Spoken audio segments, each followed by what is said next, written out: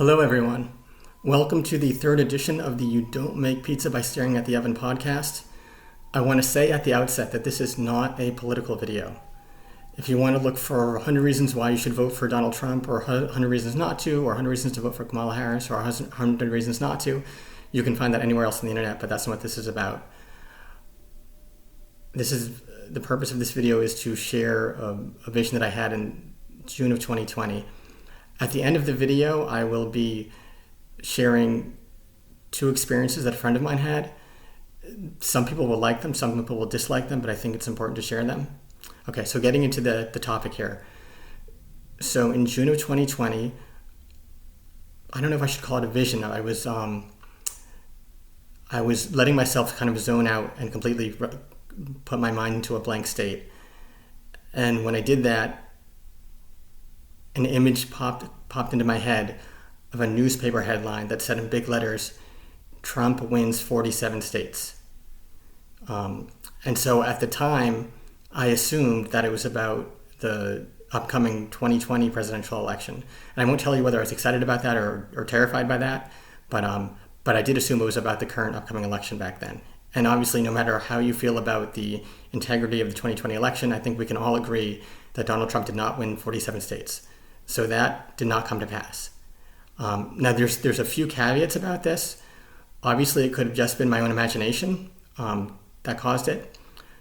Another thing is that it could have been a newspaper headline about another Trump. It could have been something from the future about Eric Trump or Donald Trump Jr. winning an election in 2028 or 2032. And also, the other thing is, even if it could be about this year's election, it could be headline of an interim result. Like, could be at the end of the election night, Trump is ahead in 47 states, but those results aren't finalized. But the newspaper wants to attract more people, more viewers by putting out that headline. So I have no idea if this has come to pass. It does seem unlikely. But I want to get into the significance of winning 47 out of 50 states, and I also want to get into how people can help this to come about, or how they can help to prevent this from coming about, whichever way you want to go with it. So, for example, first of all, the number 50, and this is from the Torah, signifies the holiday of Shavuot and receiving the Torah. So I'm going to read from Leviticus chapter 23, verses 15 and 16. "You shall count for yourselves from the morrow of the rest day, from the day when you bring the Omer of the waving, 7 weeks they shall be complete. Until the morrow of the 7th week you shall count 50 days, and you shall offer a new meal offering to Hashem." So, directly from the text, we know this is the holiday of Shavuot, of weeks, the festival of weeks. From Jewish tradition, we understand that this is commemorating the day that we received the Torah on Mount Sinai. So 50 is associated with completion and receiving the Torah on Mount Sinai. And the number 47, for the number 47, I'm going to go to Exodus chapter 19, verses 10 and 11, and verses 14 and 15. Hashem said to Moses, "Go to the people and sanctify them today and tomorrow, and they shall wash their clothing. Let them be prepared for the third day. For on the third day Hashem shall descend in the sight of the entire people on Mount Sinai." So this is the receiving of the Ten Commandments, and I'm going to go on to it's the preparation for receiving the Ten Commandments, and I'm going to go on to verses 14 and 15. "Moses descended from the mountain to the people. He sanctified the people, and they washed their clothing. He said to the people, 'Be prepared after a 3-day period. Do not draw near a woman.'" So this is basically instruction from Hashem to Moses, then from Moses to the people, to refrain from marital relations for 3 days leading up to receiving the revelation of the Ten Commandments on Mount Sinai. So that's from the 47th day. So this 47 out of 50, a way of interpreting it is to refrain from intimate relations, especially intimate relations outside of marriage. And so that's what I want to get to. So if you want to help Donald Trump win the election, and I'll get to also Kamala Harris if you want to help her win. If you want to help Donald Trump win the election, obviously there's the physical efforts of knocking on doors and talking to people and trying to convince them to vote for Donald Trump. But there's also the the spiritual realm and trying to have an effect in the spiritual realm so that will have an effect on our physical realm. And so what I'm proposing is that people can basically make a vow to refrain from intimate relations outside of marriage between now, when you're seeing the video, and when the election results come in. So the election takes place in the first week of November. Let's say it takes about a week to count up the results. So let's say by mid-November, we should know what the election results are. So you'd want to make a calculation between when you're watching the video and the middle of November, ordinarily, how many times you would have intimate relations outside of marriage. And then you want to say to God something like, I'm making a vow to abstain from sexual relations from now through mid-November, along with many other people who are doing the same thing. And in the merit of us doing this, please cause things to happen that will result in Donald Trump winning the election. And so if you're going to do this, you have to really make sure you are going to complete it. You cannot make a vow to God and then break it. So if you think to yourself, there's no way I can do this, don't make the vow. The other thing is that if you're gonna make a post comments here like, oh, I'm doing this, and you're sharing that you're doing with it, you don't have to tell us how many times you would have had relations if you didn't make the vow. You can keep that part to yourself. We don't need to know that. And probably most importantly, especially if you're a woman, if you're going to make this vow, and you are regularly having relations with someone, you really need to tell your partner about it beforehand before you make the vow, because you don't want him showing up at your door on the weekend ready to go, and then you tell him, oh, well, I can't do it anymore through mid-November because I made this vow of abstinence and through the election to help Donald Trump win. Like, number one, he's expecting to be intimate with you, and number two, he's not even a Donald Trump supporter, so that probably would not go over well at all.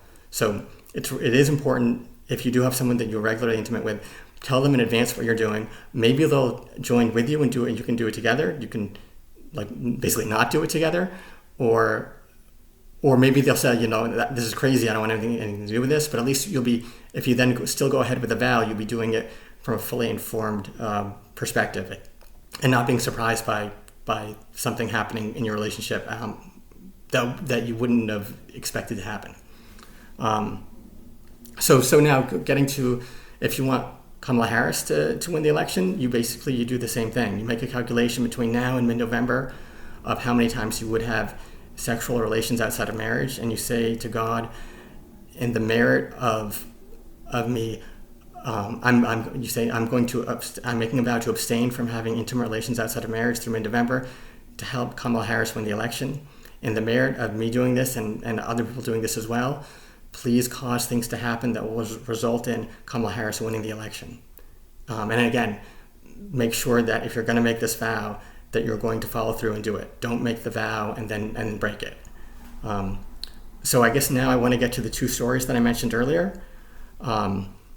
So several years ago, I was walking back from synagogue on a Friday night with a friend, and he told me that the president had given him and his team at work an award for recognition of excellent performance.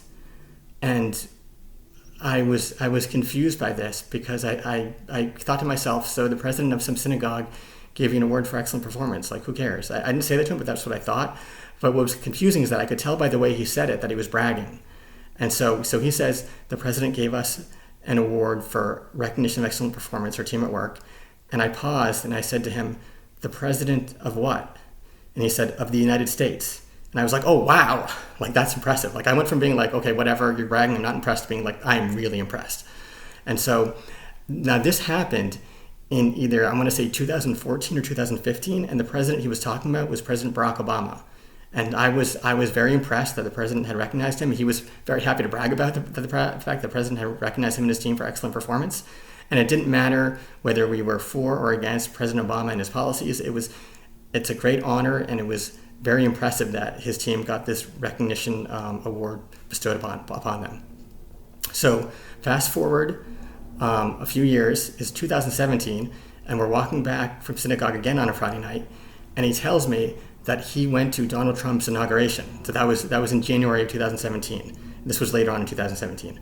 But he's telling me that he went to it, and I don't remember everything he told me. I really just remember one thing that he told me about going to Donald Trump's inauguration. He said that when Donald Trump took the oath of office, you could feel authority come down from above and rest upon Donald Trump.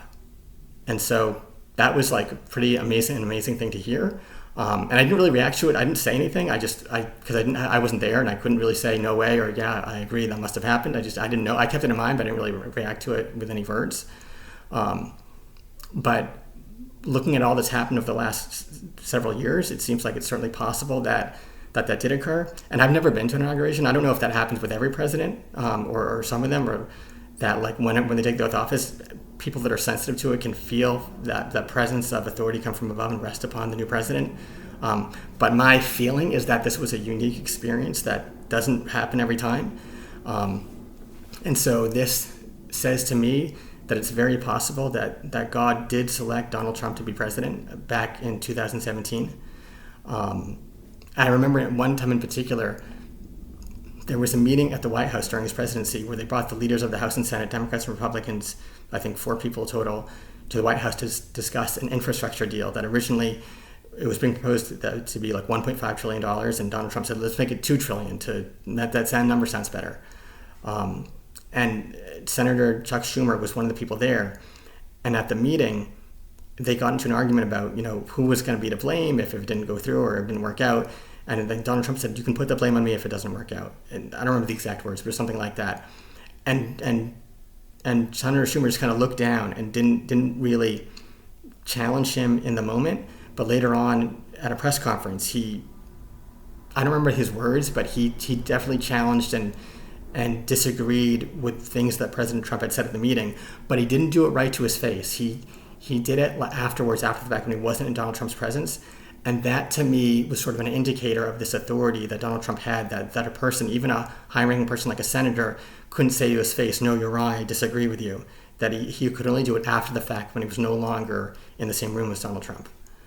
So that's kind of like one observation about this. And then, of course, like about 2 months ago, when somebody tried to assassinate Donald Trump, and he just kind of moved his head just a little bit like this, and because of that, the bullet just, instead of hitting him like this, the bullet just clipped his ear. That was really an amazing miracle that he wasn't killed on the spot. And so that, to me, was another indicator that even now, it appears that God has protected, and in the case, protected and elevated Donald Trump. And so this is not a political video. Vote for whoever you're going to vote for. Like, I don't know you, you don't know me. I'm not trying to tell you who to vote for. But what I am saying, because I know people are going to sound like, no, you're trying to get us to vote for Trump. I don't care who you vote for whoever you want. But what I am saying is that people should be open to the idea. I'm not saying you should believe it 100%, but people should be open to the idea that God has selected Donald Trump to be president. And so therefore, obviously vote for whoever you want to vote for and criticize him fairly whenever you disagree with something he says or does. But people should not publicly mock, slander, vilify, or ridicule him, or intentionally take his words out of context to distort what he means when he says things. He'll give like an hour-long, not news conference, but he'll give like an hour-long rally, and then sometimes the media will take a 5 to 10 second soundbite, take it out of context, and distort what he meant by what he said. And so this is something, if he really has been selected by God, people should really not be doing at all. And I would say also the same applies to some extent also for Kamala Harris, Vice President Kamala Harris. People should not be mocking, ridiculing, or slandering her or taking her words out of context either. But especially somebody that has been selected by God, if that is the case with Donald Trump. I don't know it for sure, but I think it's certainly a possibility. So I think that wraps up this video today, this podcast today. Certainly people can share feedback in the comments. And if you do, I'm going to take the vow myself. And if you do this vow, please share in the comments that you're going to, that you're taking the vow, and also you can also share who you're taking the vow for, whether it's Donald Trump or Kamala Harris. But again, please don't share how many times you would have had relations outside of marriage that you're abstaining from. We don't need to know all that. Take care, have a good day, and let's see how the election season unfolds.